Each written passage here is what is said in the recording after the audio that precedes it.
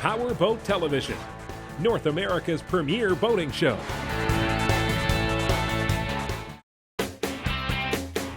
Here's this week's My Boat feature.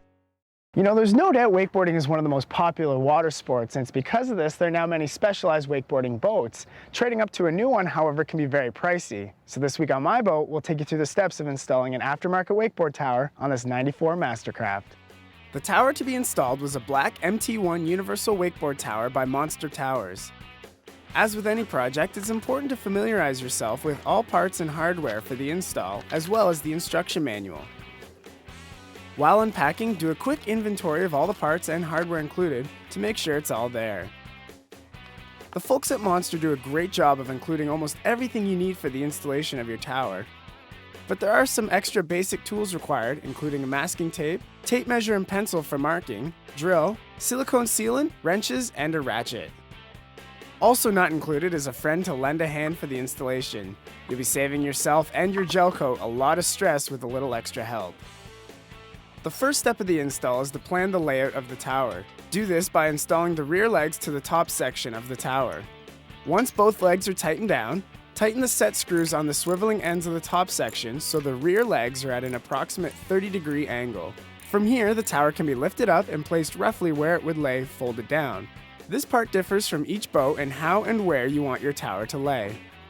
Then you can begin to mark where you want the base plate to sit on the boat. Start with a rough mark first. Then, using a measuring tape, you can be more precise and cross-reference with each side.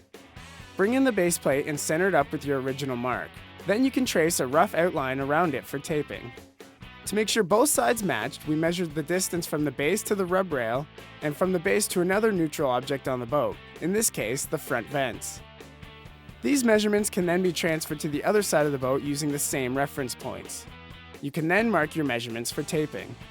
Cross-reference your measurements one more time because measure twice and cut once, while in this case drill. Before drilling, you'll want to do a rough fit of the completed tower by attaching the front legs to the center section. Use the provided hardware, being sure not to forget the white Teflon washers.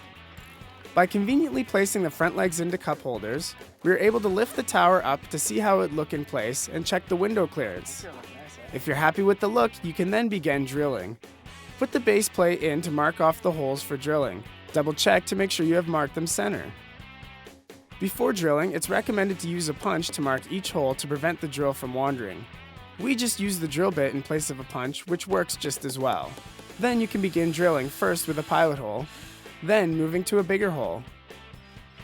There are many tips and tricks used to prevent gel coat from chipping, and we opted to run the drill first in reverse, then switching it to forward.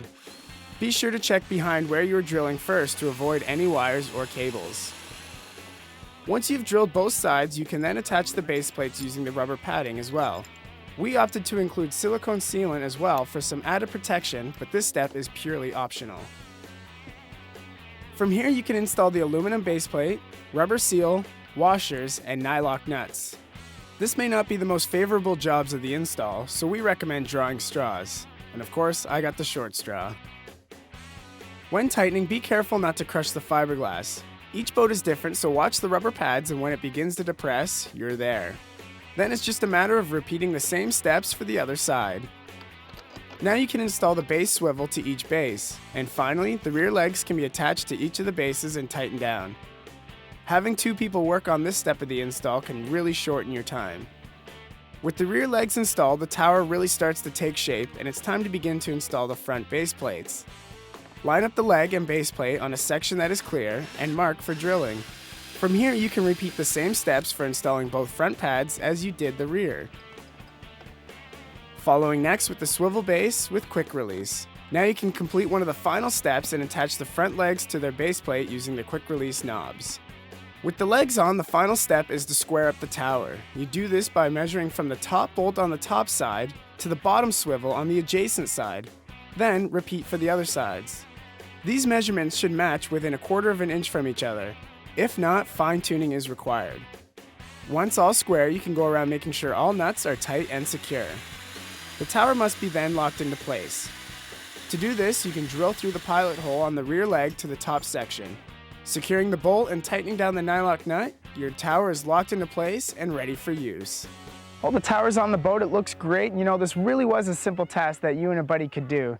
The best part is these monster towers can fit virtually any boat. So as a wakeboarding fan, you should really consider this project. And the best part is, when you're done, you get to hit the water and have some fun. I know that's where I'm headed.